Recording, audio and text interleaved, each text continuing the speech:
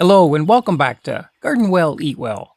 Every year we always grow a ton of beans. They're just easy to take care of, they grow fast, and always a good source of nutrition. And even though many varieties are just small, compact plants, you'll be surprised at how much you can pick. They're perfect for even the smallest gardens. But for today's video, I want to show you how to collect and store your own bean seed for planting, and also point out a few tips and things to look out for when you do. These are yellow bush beans, one of our favorites, and being in Zone 6, I start planting them usually around late May, and just to ensure that we're always able to keep picking them all season long, I'll plant another row every 2 to 3 weeks, and we do that up until the end of July, early August, and of course, I'll use a seed that I collected from last season. So, just how should you gather that seed? Well, here's a bed that is actually ready to be picked. As you can see, everything's dried up. There's not much left of the plants. They've practically withered away, and most of the pods have lost their color, and they've pretty well dried out too. Depending on when you planted and the weather you had, you can expect your beans to get to this point, usually from mid-August to the end of October. And as you're picking, you're looking for the pods to feel crisp and brittle and even crack open when you pinch them. That'll mean the seeds inside are getting close to being done. So we can continue and go through the entire bed and easily pick off all the pods. And although they may feel completely dry, the seeds inside will still have some moisture left in them. So don't store these in a plastic bag or a sealed container just yet. Any moisture that's left can lead to mold, and that will end up killing the seed.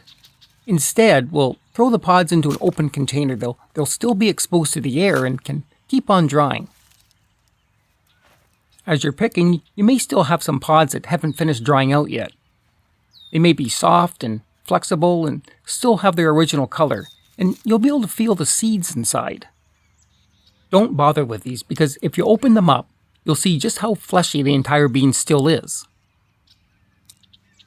The seeds have finished forming, but they're huge. They're bloated with water and still stuck inside the pod. They're weeks behind the other dry ones. So let's just do a quick comparison. This other pod is very dry and cracks open immediately. The seeds just fall right out. And looking at them side by side, it's obvious just how much water these still need to release. Actually, it's pretty amazing that they'll shrink that much. And if you test a dry seed by pressing your thumbnail into it, at most it'll just leave a little dent. Try doing that with these other ones and you'll just cut right through them. They're still so soft. So just leave these on the plant to continue drying, because if you collect them now, they'll probably end up getting moldy on you, and then they won't be viable at all. Here's a good tip that I always follow. When you sow your seeds throughout the spring and summer, so you have that constant supply of beans, just make sure to leave some of those plants alone in that first bed that you started. Don't pick all the beans. Leave them to dry so they can provide your seed for next season. You see, if you depend on the plants that you sow later in the summer, those pods may not be dry enough by the time the cold weather hits in the fall. Most of the seeds here that I'm gathering have had ample time to dry because these were all planted at the beginning of June. Now that you've collected the seed, bring them into the house, but leave the pods alone in that open container. They'll still need about a month to finish curing and totally dry to get rid of that last bit of moisture. That's right, a whole month. After that time, they should be bone dry, and you can either just leave the beans in their pods until it's time to plant them, or you can shell them now so they take up less space. First though, let's talk about the color of the pods. Many have a clean and light-colored look to them, and you would expect the seed inside is dried well. But notice that most of the others have these spotty dark patches. Some pods are even completely covered by it. These spots actually are from different molds growing on the bean while it's drying. If there's a lot of rain or a long period of cool weather, those conditions can cause the mold to grow, but don't go and just toss these pods. The good news is that the seeds inside are usually safe. But it's always best to check, so let's open some up and take a look. Sometimes you can hear the seeds rattling inside. Now, it's not necessary that they do this, but it's just a good sign that the seeds have completely dried. With only a light touch, the pods will split open and the seeds easily fall out. These pods were pretty well clear of any blemishes, and the seeds too are bright and a good size. I know you're probably wondering about those brown spots though. This is actually the way this yellow variety grows. The seeds always have these spots around the point where they've been attached to the pod. It's actually helpful because I know exactly what kind of bean it is just by looking at it. So let's take a look at the ones with those moldy patches. They're just as dry as the other ones were, just as brittle, and they crack open the same way. The seeds are still the proper color they should be. They're practically jumping out. This is just a small sampling, but you don't see any difference. All the seeds look perfectly healthy. And opening up a whole handful of these darkened pods, I found the same results. All good clean seed. With only a few issues. The ones on the left never fully developed. For some reason they got stunted, and you'll always get some like this no matter how healthy your plants are. But the two in the middle, they were definitely affected by a mold. They have a light rusty brown color to them, and I wouldn't trust that seed to germinate. All the ones on the left I would just throw out. The ones on the right, of course, are the good ones that we're comparing them to.